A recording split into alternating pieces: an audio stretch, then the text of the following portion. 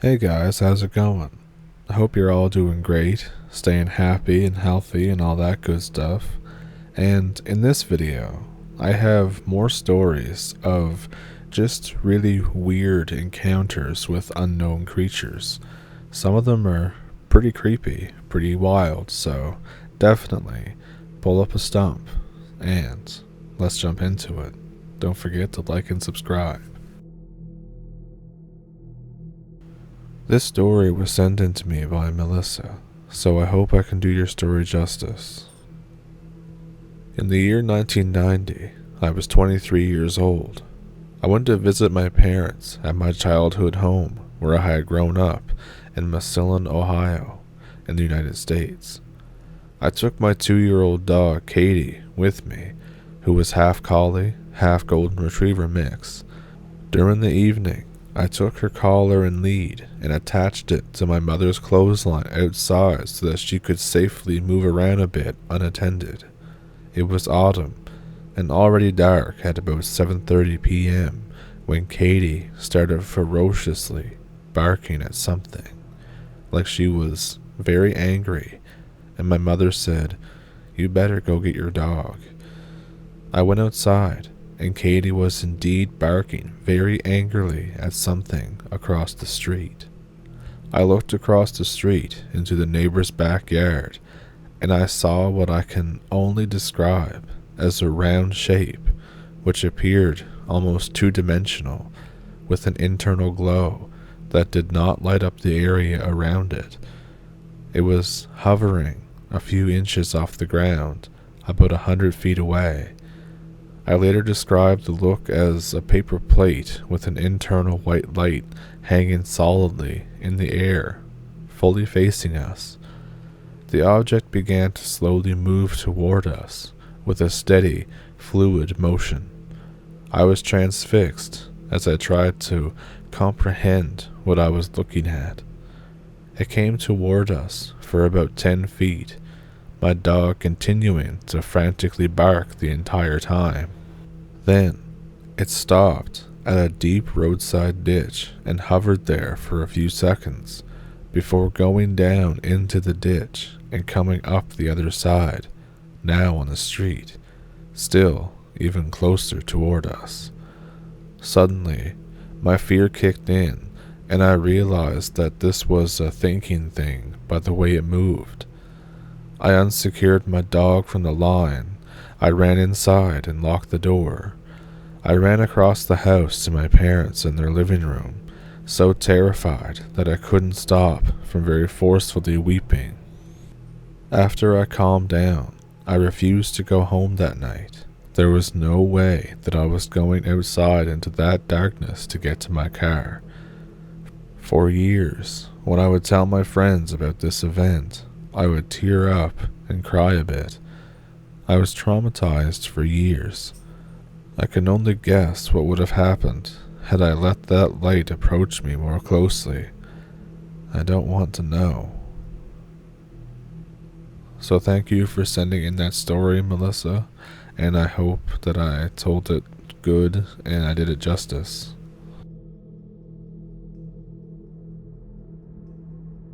So I won't go into all the details, or about the other time that I think that I ran into this thing.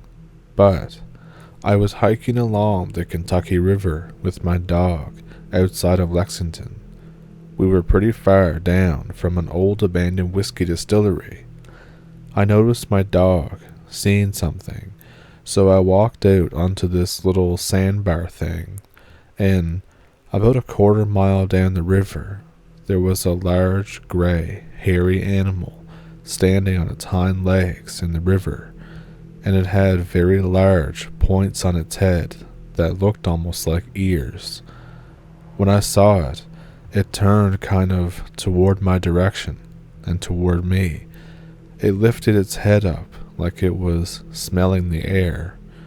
I ran, and I felt like I wasn't in my body. I was so scared. I ran straight up a mountain without stopping. I really thought that I was going to die.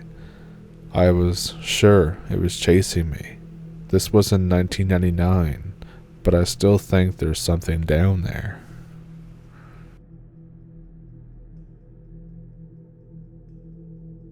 So I live in Indonesia, and this happened to my friend and I. So my friend and I broke into a construction yard to tell ghost stories. There's a bunch of small buildings around this larger one.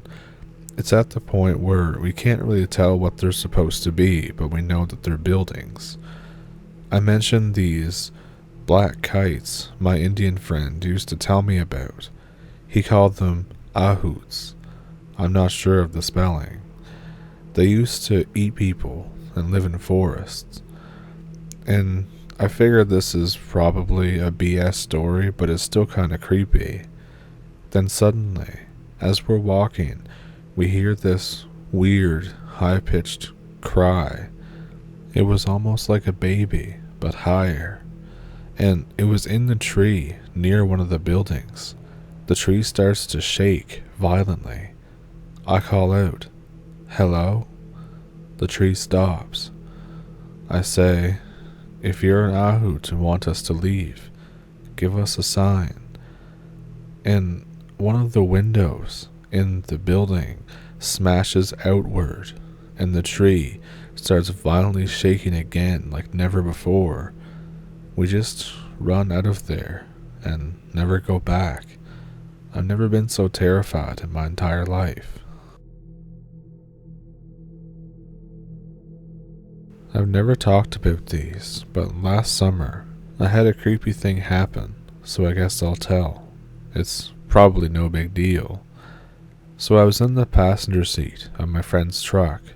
His girlfriend was in the back with her friend. We're making this long drive from Denver to a lake in the middle of nowhere in Nebraska. The women are taking forever to be ready, so we leave around 5 to 6 p.m. The drive there was at least 5 hours, so it was dark for more than half the drive. The trip is very unremarkable until we get into Nebraska. Everything looks creepy. There's tons of deer that would jump out if you weren't paying attention. So we're all getting tired at this one point, and my friend's girlfriend's phone tells us to take a turn onto a dirt road. It's seriously the middle of nowhere. My buddy and me are kind of spooked about this, so we take out our pistols just in case something happens. We're driving down this straight dirt road for miles, seeing eyes as we go, the occasional deer. All of a sudden, on the right side of the road, what looks like a naked man is sprinting alongside the road away from the truck. He's outrunning us at 30 miles per hour. I can't describe it. And then, all of a sudden, it looks like he's flapping his wings.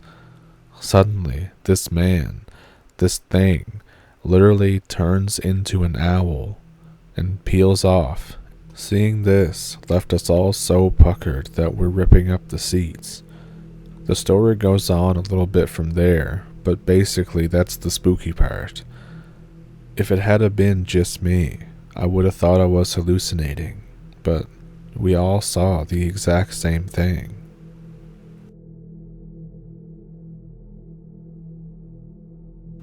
I was 23 years old. I was driving with my girlfriend back from the beach. We were on our way home from the coast, and it was a 3-hour drive. We left after sunset. I was driving, and she fell asleep after we got on the highway. We were the only ones on the road. The area was pitch black with 0 street lights or house lights. I was getting fatigued, so I drank a Red Bull that I kept in my glove box in case I ever needed it. After an hour or so, I was feeling much better. I wasn't as tired as before. I had to go to the bathroom though, so I tried to find a rest stop. After 30 minutes of driving, I couldn't find one, so I decided to pull over and just pee on the side of the road.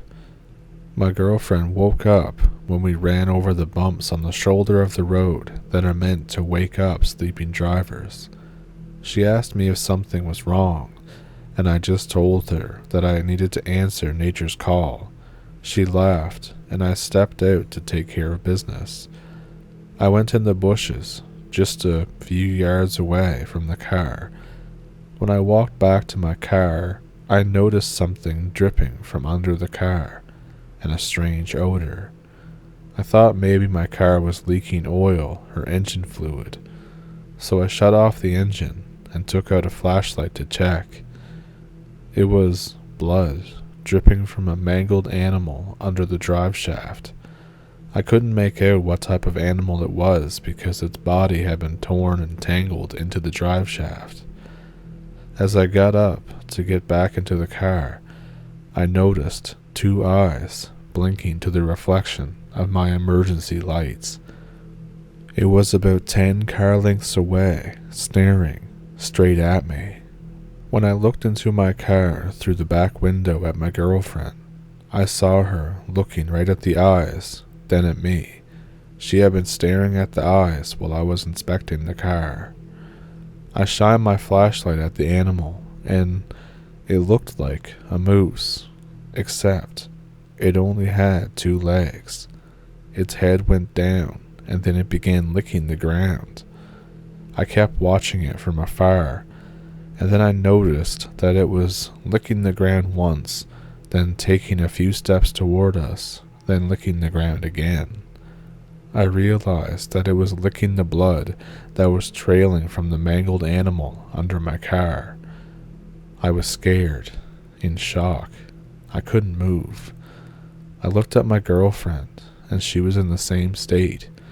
When this thing came within 5 car lengths away, I noticed that this thing for sure only had 2 legs, no rear body, and a slightly longer neck than usual.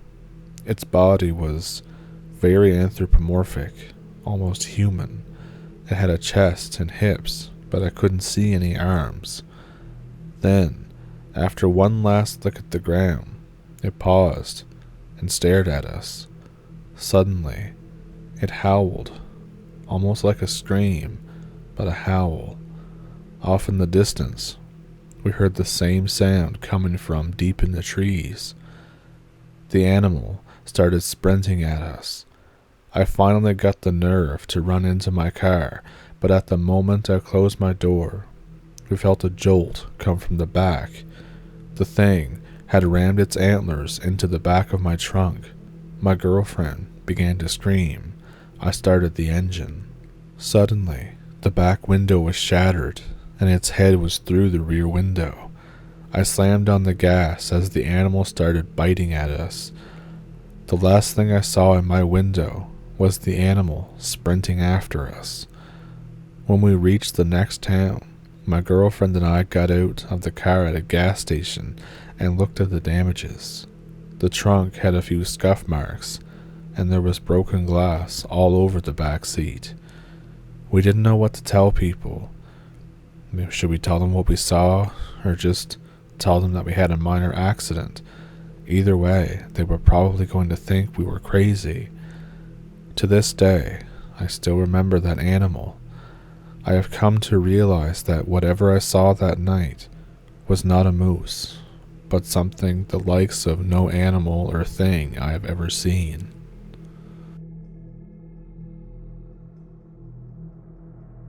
So this one year, I was participating in a reenactment. This was a Vietnam one, so I had my AR-15 along with several extra blank-loaded magazines. It was getting very dark, and most of the crowd had left.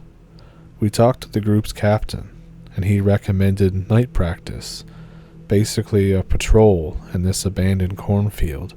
It sounded fun, so I said yes. After the first 2 scenarios were done, I was placed on the Op 4, opposing force, side. I went off into the woods and waited. That's when I noticed it was dead silent. All that could be heard was the occasional gust of wind through the dead stalks of corn. I glanced around the forest, and then crawled out when the wind started up again. 2 loud cracks filled the air, and I watched as an Op-4 walked out of the cornfield with his weapon up. This was followed by something standing up near the corn and firing again. Now, if you've never shot at night, it's a sight to see. The sudden light of the gun's flash makes everything freeze. It's to the point you can quickly survey the area after a shot's fired, or so you think. Anyway, he soon shot, quotes, as well, so I continue into the cornfield and lie down in a nice spot, hoping they'll come my way. I rest my rifle in a nice spot on my shoulder, and everything goes quiet. That's when I hear a deep breath beside me. I slowly turn my head to my right. It's dark as all hell, so I can't see a damn thing. I could use my light, but that would give my position away, like an airborne at this point. I peer through the blanket of darkness, seeing what looked like fur. I slowly rolled over to my side and drew my knife, just in case it was like a wild dog or something. I at least wanted a fighting chance. Something then moved in front of me. I quickly readjusted, but missed what it was. When I glanced back to where the breathing was, there was only bare space beside me. I soon got up and moved, somewhat shaken at this point. That's when I heard another 2 cracks, along with the captain laughing. I walked right into his line of fire. That's it. The game's done. His next idea was using the woods only, and I thought, okay, that sounds fun. I load up a fresh mag and follow him. It's him and I, plus a VC that was there for the actual event. I was at the back in case they tried to flank the rear. After a few minutes of walking, I heard a rustling nearby. I called for them to hold it, and they took a knee and looked toward the bushes where I heard the noise. I saw what looked like a person standing there. That's it, just standing.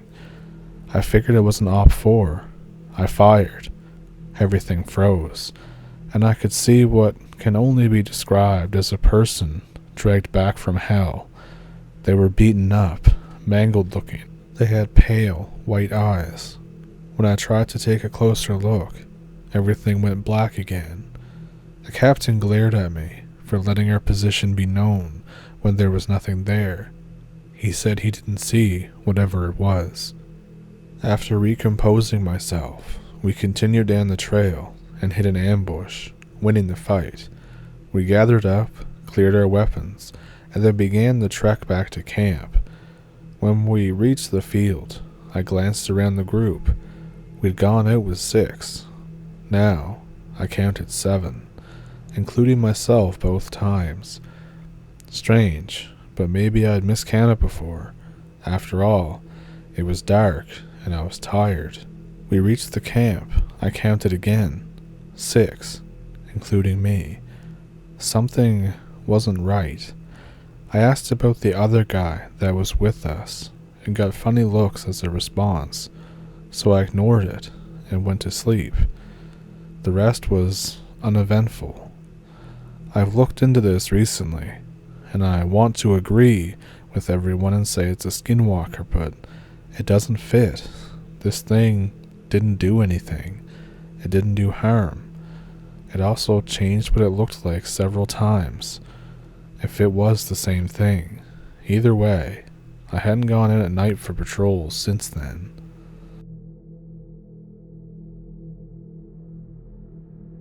I'm a reenactor as well, and people don't realize it, but blanks flash really bright, more so than live ammunition. They're a lot noisier too. Blank firing adapters are pretty easy to get for any decently common firearm. They range from like $8 for a simple one to $100 for a fancy US-made low-profile BFA. A BFA doesn't plug the barrel. What it does is constrict it to about 3mm. Speaking of all this, I have a related story. So this was in the early 1990s. I was out doing a World War II reenactment. I was on the German side, as the Fallschirmjägers. So all in all, we had a pretty good day of firefights, driving around in a Kubel wagon while in firefights and then napping afterwards. So, night falls. I'm sitting around the fire with my friend. He was our machine gunner, and I was his loader. He's got a semi-auto converted MG42 because he has far too much time and money on his hands.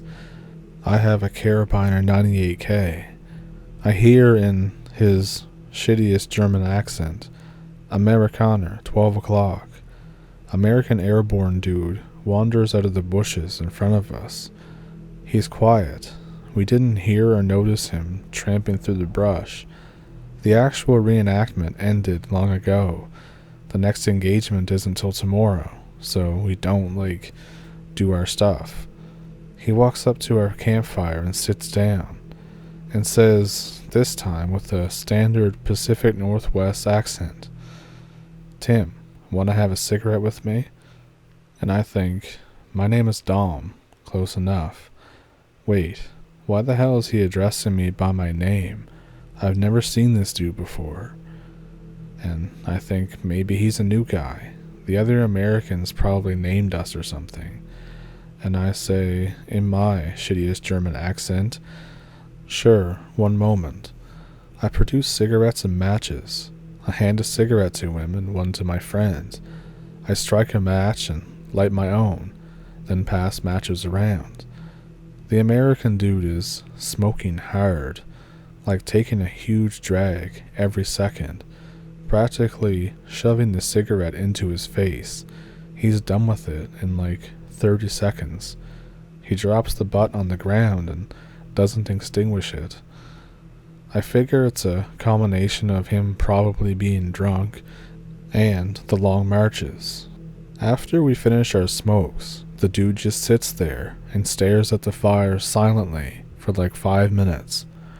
"So, what's your name?" "Joan. You can call me John if you want." And I think, there's a guy on the American side named Joan. He goes by John. Except this isn't him.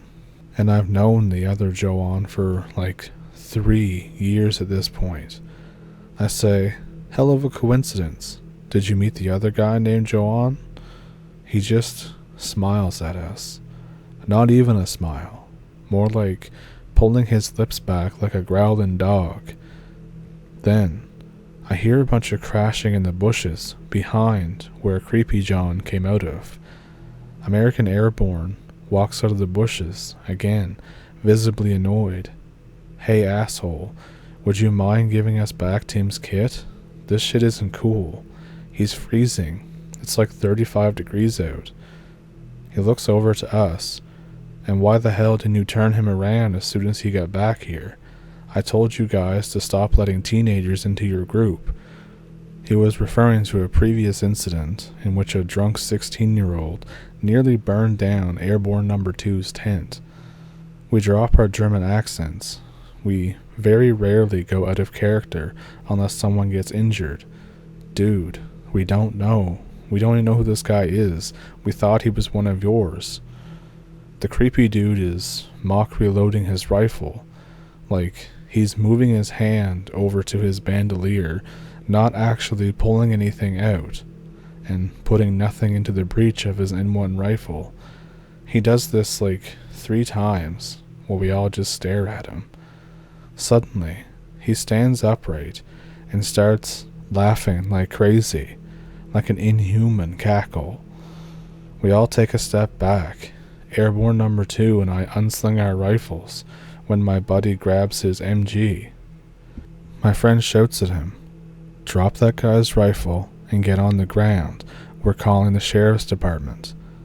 We all think he's some kind of axe murderer or something. We're not taking any chances. Airborne No. 2 is known for being a ballsy dude. He makes a grab for his rifle, and suddenly, the guy's rifle just isn't where he reached. Then, the guy isn't where he was. He's 6 inches to my left, grinning at me now. His mouth looks like it grew 2 inches wider. His eyes are all red, like all of his blood vessels popped at once. His arms are hanging like 6 inches past the end of his uniform sleeves. We dive backwards onto the ground and fire a blank at him simultaneously. The flash blinds me for a fraction of a second. I work the bolt on my rifle furiously, about to fire another shot before I realize he's gone. We all scan. He's now in a bush 10 meters to our 130. All 3 of us fire at him again. At this point, the other 6 guys in our unit are out of their tents, and they say, "What the hell are you doing?" And then they see this guy, and they say, "God damn, what the hell is that?" The dude is hunched over, heaving like he's about to throw up. He stands back up and just screams at us. He says, in what I can only compare to be a mimicry of human speech, "I'm gonna gut you." Everyone else scrambles for their guns and starts firing. Our sniper produces a .44 revolver that he carries for self-defense. He fires a live round at the thing, and it just stands there. It curls over from the impact, howls in pain, and dashes out into the bushes, uphill, to our right. We all march over, weapons raised, to check if there's any blood. No blood. Our guy is adamant that he hit it. We search around in the bushes, and eventually we do find the rifle and helmet that whoever this was took from the real Tim. We find the bandolier torn off a little farther up with a bullet hole in it. We hear this guttural yelling from what sounds like maybe 30 meters away. We all book it back up to the campsite, just as the rest of the Americans are arriving. The American sergeant walks up fuming. "Hey, thanks for effing waking us up with your drunken BS." Tim Actual is there too, wrapped in a blanket and wearing someone's spare boots. The American sergeant notices that we're all pale, and he cools off a bit. "Are you guys okay? You look a bit shaken up." We describe the situation to him as my friend with the MG breaks out his Motorola TAC and calls 911. We wait for the sheriff to arrive. We end up forming a defensive perimeter and fix our bayonets. We wait for the sheriff to arrive. We hear sirens in the distance and sprint basically the full mile to where the road ends. We arrive with rifles slung and hands up. There's 3 squad cars, 5 deputies plus the sheriff. They all step out of their vehicles armed with shotguns. I get the feeling like this has happened before. They politely ask us to unsling and put down our weapons. We reluctantly comply. They tell us that they'll escort us up to our camps, and we need to take down our tents, pack up, and get out of the area immediately. The sheriff explains, as we walk, that every year they get a few calls like this. The thing has never hurt anyone yet, just scared them, and I think never hurt anyone yet. They've been trying to get the whole area closed off and clear-cut. The Forest Service doesn't see, a shape-shifting monster as a good enough reason to do this. So we get back to our camp, pack up, and do the same at the American camp. We hear that same guttural scream, really close. The sheriff and deputies start emptying the shotguns toward the noise. The screams continue. We all book it back to the cars, jeeps, wagons, whatever we brought. We hurl our gear into the cars. The screams are coming closer. We start our cars, and as we're turning around, the headlight beams illuminate the thing standing in the middle of the trail, just standing there, and you can see bullet wounds on it. The deputies lean out of their car windows and fire the rest of their ammo at it as we collectively get the hell out of Dodge. About 2 more miles down the road, the sheriff signals for us to pull over. He explains the Wendigo legend to us. He tells us, "I'm not saying that's what you saw up there, but if I were you, I wouldn't go back there if you gave me $1 million. And I think that is sagely advice. I will definitely take that. Me, my buddy, and our other 2 tag-alongs stop in at a diner to get coffee and discuss the events. We can figure out no rational explanation. The Americans lost about 400 to 500 worth of gear up there. The drive home is pretty uneventful, but I'm still wired and can't sleep through the night. I never returned to that godforsaken place, so I just continued with other reenactment groups elsewhere."